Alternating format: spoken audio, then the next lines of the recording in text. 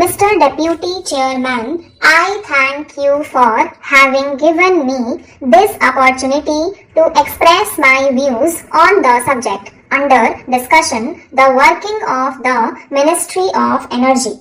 Since the honorable member who spoke before took exactly 30 minutes, since this is my maiden speech, I would request you, sir, to give me at least 15 minutes. At the outset, I wish to assure you, sir, and all the honorable members here that I am fully aware of the noble traditions of this august assembly, which since its inception has been and continues to be a meeting place of some of the finest intellects in our country, of scholars, statesmen and towering personalities who have distinguished themselves in diverse fields. Much comments has been made in the press recently about the present infusion of young blood into this House of Elders.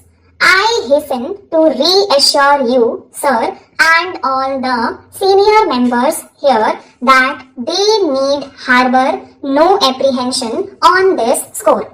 I give you my solemn word that I shall never fail to uphold the dignity, prestige and decorum of the Rajya Sabha, and I shall do nothing to detract from the house that has been added to it by the luminous personalities who have graced these hallowed portals, who are no longer with us, and to whom I pay my respectful homage as a new entrant.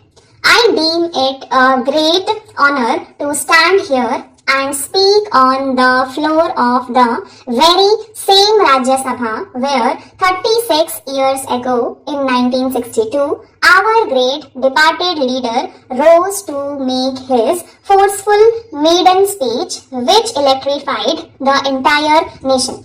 While electrified the whole country with his maiden speech, the theme of my maiden speech today is going to be dedicated mainly to the subject of electricity. My leader has sent me here together with my colleagues in the party to echo the voice of the people of Tamil Nadu in this national forum. In particular, I have come here as the representative of the weaker sections of our society, the toiling masses, the crores of humble workers, to give oral manifestation to their feelings and legitimate desires and make them known to the rest of the country. There are many members here who are far more knowledgeable than I am and vastly richer in experience. Some of them may disagree with some of the views I put forth. I wish to emphasize the fact that the fundamental purpose of my speaking here in the Rajya Sabha is not to engage in wordy duels with other members, but to state positive truths to the best of my knowledge and to draw the attention of the nation to certain crucial issues. Tamil Nadu has been facing acute shortage of electricity for more than a decade. The state government was forced to impose power cuts ranging from 25% to 100% intermittently from 1991-92 onwards to overcome the shortage. As a result of the repeated power cuts, the industrial and agricultural production in the state has been affected adversely and drastically. Tamil Nadu has very meager hydel potential. Most of the economical hydel potential has either already been exploited or is already on the anvil. The balance potential is either tied up in interstate disputes or is too small and seasonal for economic exploitation.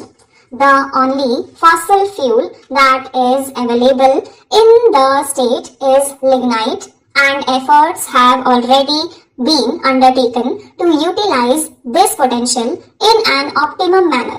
Tamil Nadu has almost exhausted its hydel resources and has no coal resources at all. For setting up more coal-based thermal stations, there are formidable constraints in that coal has to be hauled over long distances either from Andhra Pradesh or from Bengal or Bihar, rendering the cost too high and the availability of coal uncertain. It was in this context that the state government passed for the location of a nuclear plant in the state, and the government of India was kind enough to concede the demand by sanctioning the Madras Atomic Power Project with a capacity of 235 megawatt in 1967. Later, in 8th 5-year plan, the second unit also with a generation capacity of 235 megawatt was also sanctioned. At the time, there was a clear understanding between the state and the central governments that the entire output from Kalpakkam would be allocated solely to Tamil Nadu to meet the urgent and pressing needs of the state. In the year 1988, when the necessary lands were acquired for the project, the government of Tamil Nadu agreed to make available free of cost 2,500 acres of land required for the project. The lands were valued at about rupees 53 lakhs. This commitment was based on the confirmation given by the Madras Atomic Power Project authorities to the effect that in return the entire energy output from the project would be sold to Tamil Nadu. Stop.